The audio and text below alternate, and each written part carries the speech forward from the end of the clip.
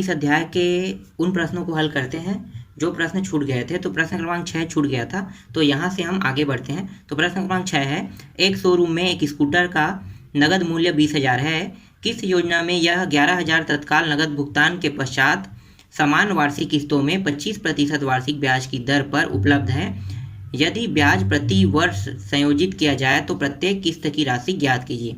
हमें क्या करना है, इसमें भी किस्त की राशि ज्ञात करना है, लेकिन जो हमारा ब्याज जो है वो प्रति माह नहीं है, ये क्या है, प्रति वर्ष है। तो इस बार जो हल करने के तरीके हैं वो उससे अलग रहेंगे। तो हम यहाँ पे किस्त की राशि को कुछ मान लेते हैं। तो यहाँ से शुरू करते हैं। हल माना किस्त की राशि, अगर हम किस्त की राशि को x मान लेते हैं, x रुपया है। अब हमें क्या करना है, जो जो दिया है उसको यहाँ पे ले लेते हैं। तो यहाँ पे देखो स्कूटर का नगद मूल्य,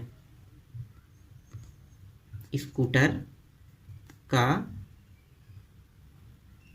नगद मूल्य कितना है, 20,000 रुपये। और उन्होंने नगद भुगतान कितना किया तो उसको भी लिखो। तो नगद भुगतान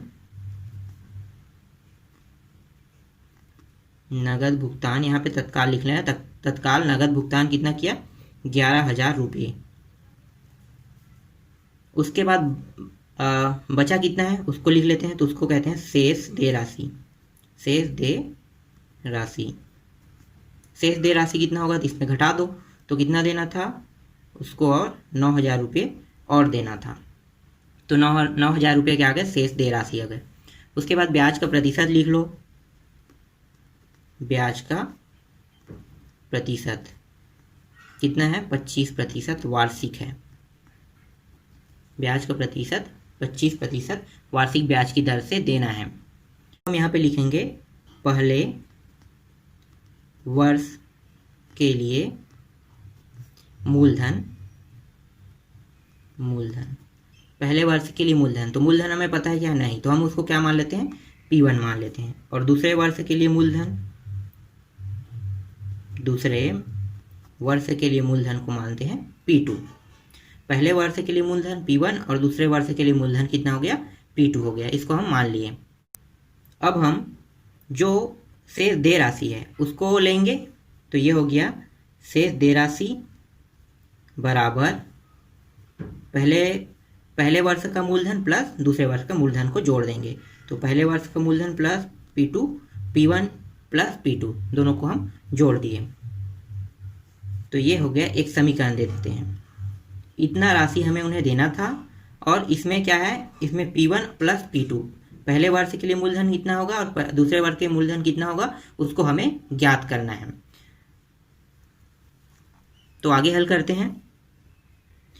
सूत्र में मान रखते हैं। सूत्र क्या है, A बराबर मूलधन मिश्र धन हो गया, A बराबर P1 प्लस R/100 और ये T, इस सूत्र में हम मान रखेंगे। तो हमारा क्या हो गया, P1 और P2 निकल जाएगा। हल करते हैं अब। तो हमने किस्त को क्या माना, x माने। तो a की जगह में हम क्या रखेंगे, x रखेंगे। तो x हो गया, a की जगह में क्या आ गया, x आ गया। अब यहाँ पे देखो P1 और P2 निकालना है। तो पहले P1 के लिए हल करें। तो P1 के लिए हल करेंगे तो जहाँ P लिखा रहेगा वहाँ पे P1 लिखो। तो इस सूत्र में यहाँ पे देखो क्या लिखा है, P लिखा है। तो P के जगह में हम लिखेंगे P1, फिर 1 है प्लस है, और हमारा R कितना है, देखो ब्याज की दर कितना है, 25%।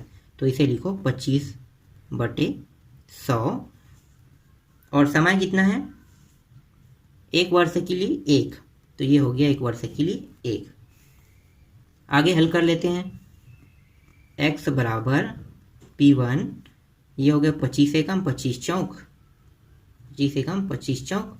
तो ये हो गया 4 एकम 4 और 1 5, तो 5/4 आया और ये 1 आ गया। ठीक, इतना निकल गया। आगे हल करते हैं।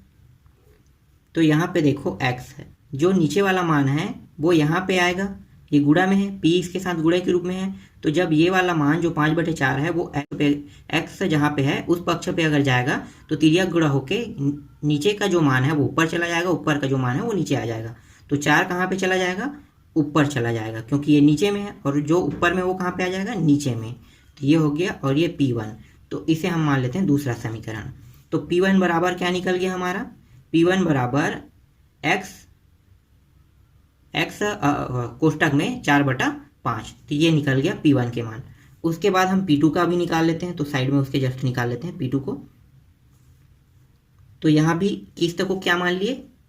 x मान लेते हैं। जो a का मान है, यही सूत्र में हमें फिर से मान रखना है। जैसे बैंक से उधारी ले रहे हैं तो वहां पे क्या होगा? किस्त समान रहेगा, तो किस्त क्या होगा? समान है, इसलिए x के x ही आएगा। यहाँ भी जितना राशि हम एक महीने में पटाएंगे उतना ही राशि दूसरे महीने में भी पटाएंगे, दूसरा किस्त उतना ही राशि तीसरा किस्त भी पटाएंगे। तो सभी किस्त क्या है? समान होते हैं। तो ये क्या हो गया? x यहाँ भी आएगा दूसरे किस्त में भी। फिर P1 की जगह में अगर दूसरा किस्त है तो इसके जगह में क्या लिखेंगे? P2 लिखेंगे। P2 फिर 1 प्लस दर तो उतना ही रहेगा 25%, तो 25/100। और समय कितना होगा? समय हो जाएगा 2, क्योंकि दूसरे वर्ष के लिए निकाल रहे हैं।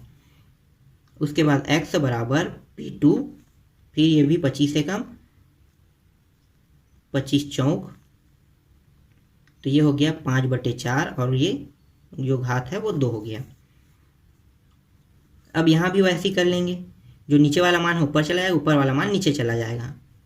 तो ये हो गया 4/5 और घात कितना है? 2। घात में कोई परिवर्तन नहीं होगा ना, घात ना तो नीचे आएगा, क्योंकि भाई कोष्टक में कभी भी घात रहता है वो कभी नीचे में नहीं लिखाया जाता, हमेशा ऊपर में होता है, इसलिए घात ऊपर में आ गया। और ये P2, ये हो गया दूसरा समीकरण। तो P1 और P2 का मान निकल गया। तो P1 और P2, देखो P1 ये होगा और ये P2, इन दोनों के मान को कहाँ पे रखना है? आपको समीकरण इस पहले में रखना है। तो यहाँ पे लिखो समीकरण 1 में P1 और P2 के मान को रखने पर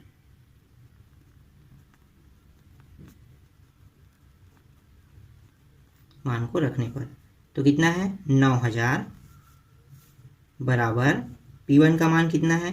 तो देखो P1 का मान है x 4/5, तो ये हो गया x कोष्टक में था 4/5 और घात 1 था। अगर लिखने की जरूरत नहीं है, अगर घात 1 है तो आप उसको आप नहीं लिखोगे तो भी कोई फर्क नहीं पड़ेगा।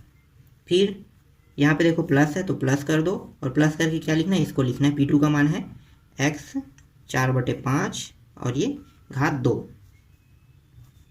आगे हल करते हैं तो ये हो गया 9000 बराबर,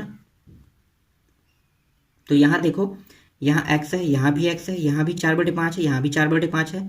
तो इसको क्या करेंगे? इसको x हो गया, ये 4/5 हो गया, बाहर हो गया, दोनों में है तो इसको बाहर कर लेते हैं। अब ये भी और ये दोनों निकल गए, तो यहाँ पे क्या बचा? यहाँ पे कुछ नहीं, मतलब 1 बचा। तो यहाँ भी कोष्ठक में लिखो 1, फिर ये x तो बाहर हो गया है, तो ये बाहर हो गया तो यहाँ पे आ गया है। फिर यहाँ से 4/5 एक बाहर हो गया है, तो एक बाहर हो गया, लेकिन यहाँ पे 2 है तो कितना बचेगा? एक 4/5 बचेगा, तो 4/5 लिख लो, ये इतना बचा। आगे फिर हल करेंगे तो 9000 बराबर x, ये हो गया गुणित 4/5, कोष्टक हटाते हैं तो इस तरह से लिखते हैं। फिर ये हो गया 5 एकम 5 और 5 4 कितना हो गया? 9। तो फिर यहाँ पे कोष्टक हटा दो, उसके बाद लिखो 9/5, इतना हो गया। अब आगे हल करते हैं तो ये हो जाएगा 9000 इक्वल x, और ये हो गया 4 गुणित 9 और नीचे को गुणा कर लेते हैं तो ये 25 हो गया। फिर आगे हल करेंगे तो यहाँ पे देखो x को, ये संख्या है, ये पूरा संख्या है, ये भी संख्या, ये भी संख्या है, तो संख्या वाले को संख्या वाले पक्ष में ला लेते हैं और x को वहीं के वहीं पे रहने देते हैं। तो ये 9000 गुणित नीचे में क्या है? 25 है, तो 25 नीचे में है तो कहाँ पे चला जाएगा? ऊपर में, तो ऊपर में गया, और जो ऊपर में मान है वो कहाँ पे आ गया? नीचे में। तो 4 गुणित 9 दोनों आ गए नीचे में, और बचा क्या उस पर? x। फिर आगे हल करेंगे तो यहाँ पे देखो 9 कट गया, फिर यहाँ से 9 कट गया, फिर ये, तो ये कितना हुआ? इतना। फिर 4 से काटोगे तो ये हो जाएगा 250 बार, ठीक है, 250 बार में गया। अब इन दोनों को गुणा कर दो तो ये हो जाएगा 25 शून्यम शून्य, 25 पंचे 125 का 5, फिर 12 हासिल आया, 25 दूनी 50 और 12 62 इतना। तो x का मान कितना आ गया 62 50। यहाँ पे लिखो आप, मैं यहाँ पे साइड पे लिख रहा हूँ, साइड में लिख रहा हूँ, जगह नहीं है तो। अतः किस्त की राशि, किस्त की राशि 6250 रुपये है। यही क्या है आपका आंसर है। ठीक, समझ में आया। सेम ऐसे ही बनेगा प्रश्न क्रमांक 7 और प्रश्न क्रमांक 8 भी बनेगा। प्रश्न क्रमांक 7 और 8 में थोड़ा सा वहाँ पे कंफ्यूज करने वाली पॉइंट दिया हुआ है कि प्रश्न क्रमांक 7 में कहा गया है कि वह 6 माही हो। तो 6 माही का मतलब समझते हो कि आपको हर 6 महीने में आपको क्या करना है, किस्त पटाना है। जैसे कि उसमें अगर मान लो 20% दिया हुआ है 6 माही, तो 6 माही में 20% दिया तो ये प्रतिशत क्या होता है, आधा हो जाता है। तो ये कितना हो जाएगा 10% 6 माही में। लेकिन अगर अर्धवार्षिक कहा गया तो अर्धवार्षिक भी 6 माही को ही कहा जाता है। इसमें भी अगर 20% दिया रहेगा मान लो, तो उसमें क्या होगा, ये भी ब्याज दर कितना हो जाएगा, आधा। क्यों? क्योंकि आप साल में 2 बार पटा रहे हैं। तो साल में 2 बार पटा रहे हैं तो 6 महीने में 10% पटाओगे और फिर 6 महीने में फिर से कितना पटाओगे, 10%। तो हो गया ना 20% पूरा। तो साल में आप 20% इस प्रकार से पटाते हैं। तो आप जब भी हल करोगे तो उसके जो ब्याज है, ब्याज की 2 दर है, उसको आधा करके हल करना। उसके बाद बाकी जो हल है वो सेम इसी तरह से हल होगा, प्रश्न क्रमांक 7 और 8 का भी। तो ये पूरा अध्याय भी खत्म हो गया। अब हम लोग आगे अध्याय को देखेंगे।